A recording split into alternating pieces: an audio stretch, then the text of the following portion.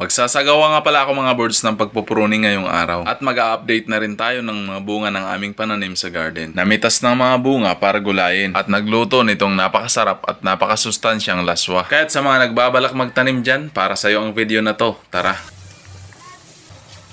Ngayong araw mga birds ay magpupruning ako ng aming tanim na okra at mga talong. Ang pagpupruning nga pala ay pagbabawas ng mga dahon at mga sanga sa ating mga tanim. At dito nga ako nagsimula na magpruning sa aming mga tanim na okra. August 20 nang itinanim namin ang mga okra na to. October 10 naman ang mga birds nang ginawa namin ang video na to. At para sa mga katulad kong baguhan lang sa pagtatanim, bakit nga ba mga birds mahalaga ang pagpupruning? Pagkakaalam ko kasi mga birds, ang purpose ng pruning ay para mas maganda yung circulation ng hangin sa ilalim ng tanim. At saka yung mga nutrients mga birds, dire-diretsong aakyat papunta sa itaas sa pagpapalago at mamumulaklak naman sila mga birds ay makapokus sila sa pagpamumulaklak at pagpamunga. So yun ang kalagahan ng pagpupruning. Yun lang mga birds sa aking sariling pag-unawa at sa mga napanood ko na nagbablog din ng pagtatanim. At ito nga mga birds ang isang ebidensya na magandang ang resulta ng pinopruning na tanim. Tulad nitong tanim namin ng mga kamatis mga birds, malalaki na ang bunga at medyo marami din talaga. Nagtanim din kasi ako ng kamatis noon mga birds at hindi ako nagpruning. At sa aking obserbasyon ay lumago lang yung tanim namin na kamatis pero yung bunga ay maliliit at kaunti lang. Pero disclaimer lang po mga birds, hindi pa ako nagtuturo ng tutorial kung paano mag-alaga ng mga tanim. Ito ay nakabase lang mga birds sa aking sariling pag-unawa at sariling karanasan na rin nang magsimula ako magtanim dito sa garden. At dahil organic lang yung ginagamit namin mga birds ay hindi po ako nag-i-expect ng napakarami talagang production sa mga tanim namin. Ang mahalaga lang sa amin mga birds ay magkaroon kami ng libre at fresh na gulay. At ang kagandahan pa dito mga birds ay habang tumatagal mas marami tayong natutunan at nadadagdagan ang ating mga kaalaman. Dito kasi sa pagtatanim mga birds ay sipag, tiyaga at discarte talaga ang puhunan. Bonus na lang talaga yung kagapuhan.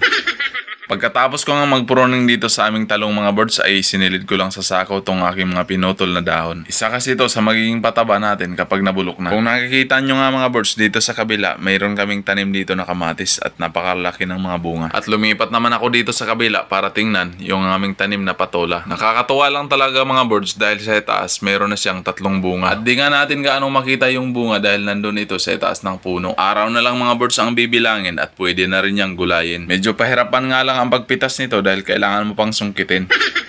At lipat naman tayo dito mga birds sa kabila para tingnan ang bunga ng aming upo. Nagsagawa nga ako mga birds ng pruning dito nung nakaraang linggo. At ayos, mayroon na agad bunga na 2 piraso. At dito naman sa kabila mayroong 3. At panigurado malalaki na rin to pagkatapos ng mga ilang linggo. At ito nang kasunod mga birds, mamimitas na naman ako ngayon ng mga bunga ng aming mga gulay. Yung ampalaya nga mga birds ang una kong pipitasin. Dito kasi sa dulo ng mga plat na to mga birds mayroong mga ampalaya na nakatanim. Maganda kasi magpakapit dito ng ampalaya mga birds dahil yung ginawa naming bakod ay yung screen. Native nga pala mga birds ang itinanim naming mga ampalaya at hindi na gaanong lumalaki ang kanilang mga bunga. Di balin at maliliit basta't libre, yun ang mahalaga. Ang kagandahan naman dito sa native na ampalaya mga birds ay marami kong mamunga at medyo mahaba-haba din yung lifespan nila. Nagpitas na rin nga pala ako ng ilang pirasong bunga ng aming kamatis at dinagdagan ko na rin ng ilang pirasong bunga ng aming okra. Napakaganda at napakahaba nga mga birds ng bunga ng aming okra, halos mag-iisang dangkal yung haba. Ganito mga birds kapag sarili mong tanim, nakakatawa. Dagdagan ko na rin yan mga birds ng bunga nating talong para kompleto na. Medyo kakaiba nga yung kulay ng bunga ng aming tanim na talong mga birds dahil kulay green. Madalas kasing nakikita ko na mga bunga ng talong ay kulay violet. Pero kulay lang naman yung pinagkaiba, pareho din naman yung lasa. At ito lang nga muna lahat mga birds yung pinitas namin na bunga ng aming tanim na gulay. Ito na siguro yung sign mga birds para magtanim ka na rin sa likod ng inyong bahay.